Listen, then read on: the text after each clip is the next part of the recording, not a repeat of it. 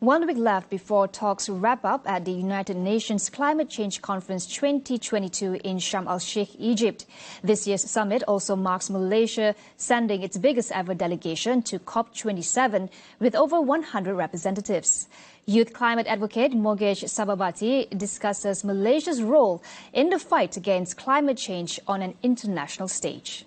Malaysia has been actively contributing in this year's COP to the global process to determine best possible solutions to address climate change, including at negotiations that looks at the implementation of the Paris Agreement, by which its central aim is to strengthen the global response to the threat of climate change by keeping a global temperature rise well below 2 degrees Celsius above pre-industrial levels, and to pursue efforts to limit the temperature increase even further to 1.5 degrees Celsius. Now, while negotiations remain as the main focus of the conference, the government has also allowed the participation of key stakeholders in climate change by the establishment of the Malaysia Pavilion. Some of the key agendas that the Malaysian government has aimed to bring to COP27 this year includes matters related to carbon market, reporting and review process, climate finance, global goal on adaptation, and global stocktake process, all in accordance to the Paris Agreement.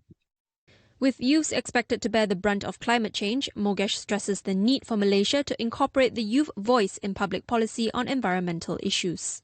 A recent report by UNICEF and UNDP that shows 92% of young people in Malaysia think that climate change is a crisis. So it's important to listen, acknowledge, and act on our demands to protect the rights to a healthy and sustainable environment, not only for us, but also for the future generation. Now, this is also in line with the theme of the Youth Day at the Malaysian Pavilion in COP27 this year that was officiated by Tan Sri Zakri Hamid, the Special Representative on Climate Change to the Prime Minister, which is young people at the forefront of change. The young people are the first to inherit and the last to make a change. So it's really the time that the government should enable the involvement of Malaysian community more inclusively by providing a platform to voice out opinions, access to climate education, and recognize the position of young people to contribute to climate governance.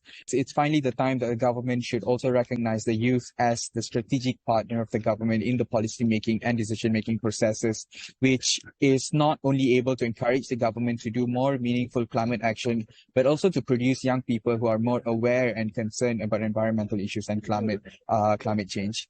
On the other hand, I also believe that environmental governance needs to be coherent, efficient, and responsive to the needs of all age groups and communities in designing participatory and systemic local solutions. Because I believe that when we're talking about climate change and environment, it should involve collaboration between various parties, including marginalized groups.